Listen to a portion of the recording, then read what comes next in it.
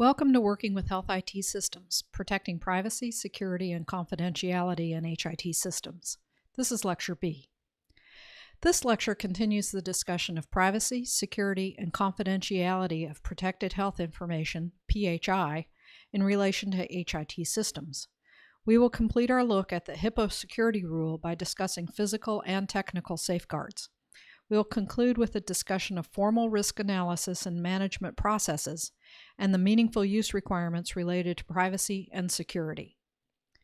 The objectives for protecting privacy, security, and confidentiality in HIT systems, Lecture B, are to formulate strategies to minimize threats to security, privacy, and confidentiality in HIT systems.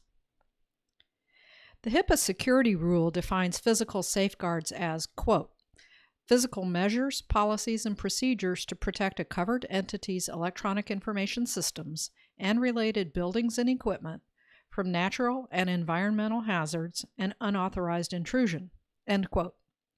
Let's take a look at these safeguards in more detail. It is important to limit physical access to systems that contain ePHI, as well as access to the facilities that house these systems. This must be done, of course, in a way that allows authorized access. Facility access controls are methods that can be used to control physical access and may include controls such as door locks, electronic access control systems, alarms, private security service, video surveillance, and identification badges. The rationale used to determine who has access must be documented. This is an important point worth reiterating, as in fact, the HIPAA regulations require that all security decisions be documented. HIPAA defines a workstation as, quote, an electronic computing device, for example, a laptop or desktop computer, or any other device that performs similar functions and electronic media stored in its immediate environment, end quote. Traditionally, we think of workstations as computing boxes that sit on someone's desk, but we must be diligent to apply security safeguards to any electronic device that can access or store ePHI, including laptops, desktops, PDAs, smartphones, USB thumb drives, etc. Policies and procedures must be put into place to address what devices can be used with HIT systems, what functions these devices can perform, and in what environment, the physical attributes of the surroundings where the device is used. Because the nature of healthcare organizations' business operations vary greatly, every electronic device and location where it is used must be carefully examined and controlled to ensure the privacy and security of ePHI and HIT systems. Consider some examples. Are the desktop computers at a nurse's station positioned such that an unauthorized individual walking by cannot easily see ePHI? Are the workstations configured to automatically prevent access when a clinician steps away? For example, password-protected screensavers. Are physicians permitted to access HIT systems containing ePHI from home? If so, what are the risks? Do the benefits of access justify the risk? And are these being adequately mitigated? Are employees allowed to bring USB thumb drives, phones with cameras that can be used to take a picture of a workstation containing ePHI, and other electronic devices into the clinical setting? The final standard under the physical safeguards we will cover is device and media controls. A covered entity must have policies and procedures in place to control the acquisition, movement, and disposal of hardware and electronic media containing ePHI. Any media that is used to store ePHI, such as backup tapes, must be properly secured to prevent theft. If this media is disposed of, the organization must properly destroy all of the ePHI that it contains. Even if media is reused within the organization, steps must be taken to ensure that ePHI is properly destroyed. For example, a computer moved from a clinical area where ePHI is accessed to an administrative area where ePHI access is not appropriate must have the ePHI wiped from its hard drive. It's important to note that simply deleting a file from a computer may not actually destroy the contents of the file.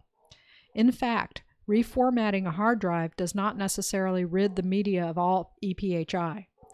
There are very specific technical procedures that need to be followed to ensure that information stored on media is properly destroyed, so it is important to seek help from a competent IT professional when doing this task. The final category of HIPAA security safeguards we will examine is technical safeguards.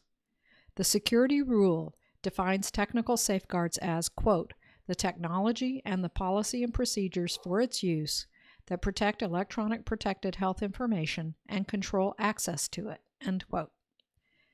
As we look at the standards in this area, we will include a few examples of types of specific technologies that can be used to help mitigate security risks. It's important to note, however, that the HIPAA guidelines attempt to be technology neutral, and any security measure that can be used to mitigate a risk can be considered. Factors such as cost and feasibility to implement can and should be factored into the risk analysis and risk management implementation.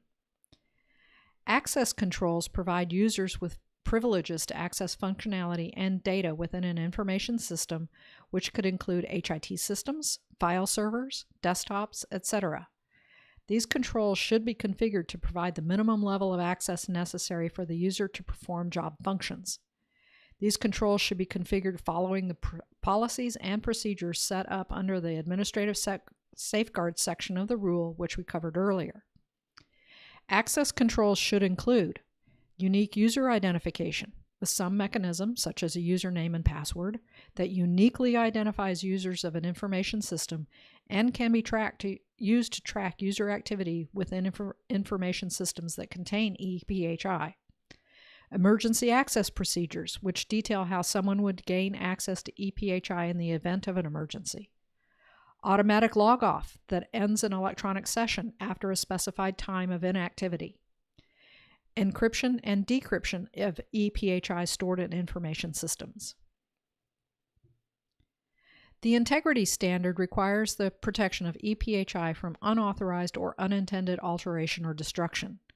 There are many ways that EPHI might be unintentionally altered or destroyed, ranging from an employee accidentally or intentionally deleting data from an HIT system to the failure of an electronic component that leads to database corruption and altered data.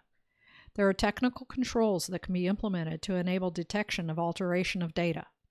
For example, hashing algorithms can be used to calculate a checksum value for an EPHI document or record. If the document or record is altered, rerunning the hashing algorithm against the document or record will detect the alteration because the checksum will change. The change can be assumed to be an integrity violation if there is no record of the change in an audit log. The person or entity authentication standard requires a covered entity to, quote, implement procedures to verify that a person or entity seeking access to electronic protected health information is the one claimed, end quote. In other words, authentication is the method by which an electronic system is able to confirm that users are who they claim to be. We're all very familiar with the technical control that is most often used with electronic systems to verify the authenticity of a user, namely requiring someone to provide information that only they know, most commonly in the form of a password, passphrase, or PIN. There are other ways that identity can be confirmed, including requiring that something like an individual possesses, like a smart card, a token, or a key, or requiring something unique to the individual, namely the use of biometric authentication. Biometrics refers to devices that can scan features of an individual that are likely to be unique, such as fingerprints, voice patterns, facial patterns or iris patterns, and using the scan of these features to grant access to information systems. Risk analysis will help determine which type of authentication mechanism is most appropriate to use. Password authentication is the easiest to implement, but may not be the most secure given the ease with which users can share password information. If password complexity requirements are lax, passwords into critical systems potentially could be guessed. To improve the security of password authentication, complexity requirements should be enforced. For example, requiring that passwords be 8 or more characters long, contain a variety of alphabetic and numeric characters, etc. automatically lock an account if a password is typed incorrectly after so many attempts, to prevent brute force guessing of passwords, and to require users to change passwords regularly. These measures, unfortunately, have the side effect of making password authentication less convenient for the end user, which often results in the end user writing down her password on a sticky note or some other insecure location that could be stolen, which is a HIPAA violation, by the way. Administrative policies and procedures that prohibit writing down passwords could help prevent this, especially if there are serious sanctions that are enforced for violating the policies. However, most organizations will not rely exclusively on password authentication for access to systems containing sensitive ePHI. Using one of the other authentication techniques may be a better option, or combining the use of multiple mechanisms is an even better option. Using password authentication along with a smart card is an example of two-factor authentication, meaning that two authentication mechanisms are used to verify the identity of the user. The final technical safeguard we will examine is transmission security. Transmission security controls prevent unauthorized access to ePHI that is transmitted over computer networks, such as local area networks, LANs, or the Internet. Some methods that are commonly used to transfer electronic information from place to place include email, over the Internet, or over private networks. An example of this is an EHR system that has a client program running on a workstation that communicates with a server and transmits ePHI over the local area network. Transmission of ePHI over any network is permitted as long as appropriate controls are in place to protect ePHI from unauthorized access. There are two important methods that help ensure that ePHI is transferred securely: integrity controls and encryption. Integrity controls are measures that ensure that data transmitted electronically are not inappropriately modified, either intentionally or accidentally, such as problems with the network. This is similar to the requirement to ensure the integrity of data stored on electronic media, and the same mechanisms, such as hashing algorithms and checksums, can be used to detect unauthorized or accidental alterations of ePHI transferred over a network. Encryption is also an important safeguard to use when transferring data over a network. Data is encoded before being sent over a network, which means it is converted from a format like plain text that is understandable into a format that is scrambled and undecipherable. If the data is inappropriately accessed during the transmission, it won't be decipherable. The data can only be converted back into an understandable format once it reaches its intended destination. Encryption can also be used as a method of ensuring the integrity of ePHI during transmission, since altered encrypted data will not be able to be decoded back to its original state, thus indicating inappropriate or accidental tampering of the data. An example of transmission security that you may be familiar with is the use of SSL to encrypt the transmission of information over the web. A website address that contains HTTPS is using this standard protocol to encrypt the transfer of information from a web server to a web browser located on a workstation computer. We've covered a wide array of security safeguards that can and should be implemented to protect ePHI and HIT systems. Although we did not cover in great detail specific technologies, there is a large and diverse set of tools that could be used. Deciding what security safeguards and which specific technologies to use must be done as part of a careful risk analysis process. We are revisiting the risk analysis and management process here because it is critically important to any privacy and security program, regardless of the security management system standard that you may choose or be required to use. The HIPAA regulation does not dictate a single approach to conduct risk analysis of systems containing ePHI. Many of the resources discussed at the beginning of this unit, such as the NIST 800 series of publications, specifically SP 800-39, provide a framework to conduct risk analysis and to create a risk management strategy.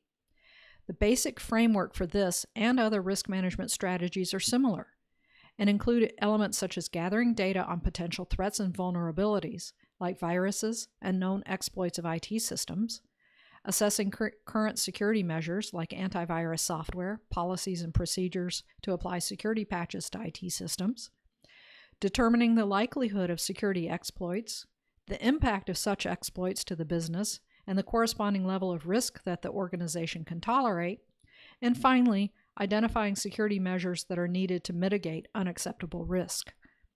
All risk management plans include development of a plan to develop and implement security safeguards that are identified as needed based on the risk analysis process and procedures for ongoing evaluation and maintenance of security measures. Risk analysis should be a continuous process in which a covered entity regularly reviews its records to track access to EPHI and detect security incidents, periodically evaluates the effectiveness of security measures put in place, and regularly reevaluates potential risks to EPHI.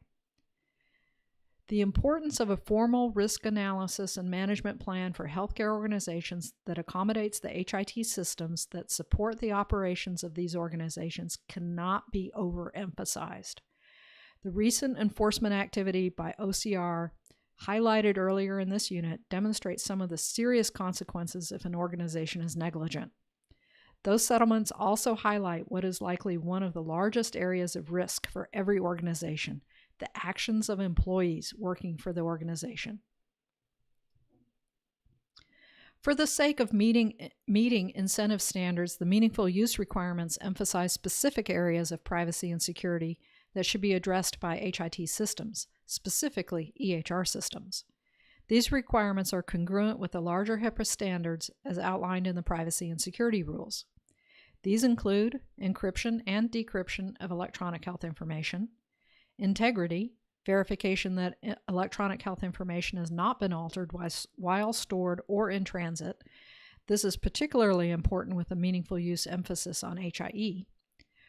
Record treatment, payment, and healthcare operations disclosures, access controls, unique user identification and only authorized access, emergency access, also known as break glass, which refers to someone being able to access data in an emergency she wouldn't have access to normally, automatic log off, audit logs, ability for the users to report based on the audit log.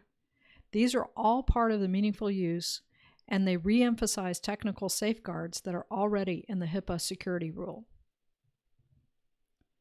This concludes Lecture B of Protecting Privacy, Security, and Confidentiality in HIT Systems. In summary, in this unit we have explored what privacy, security, and confidentiality mean in relation to HIT systems.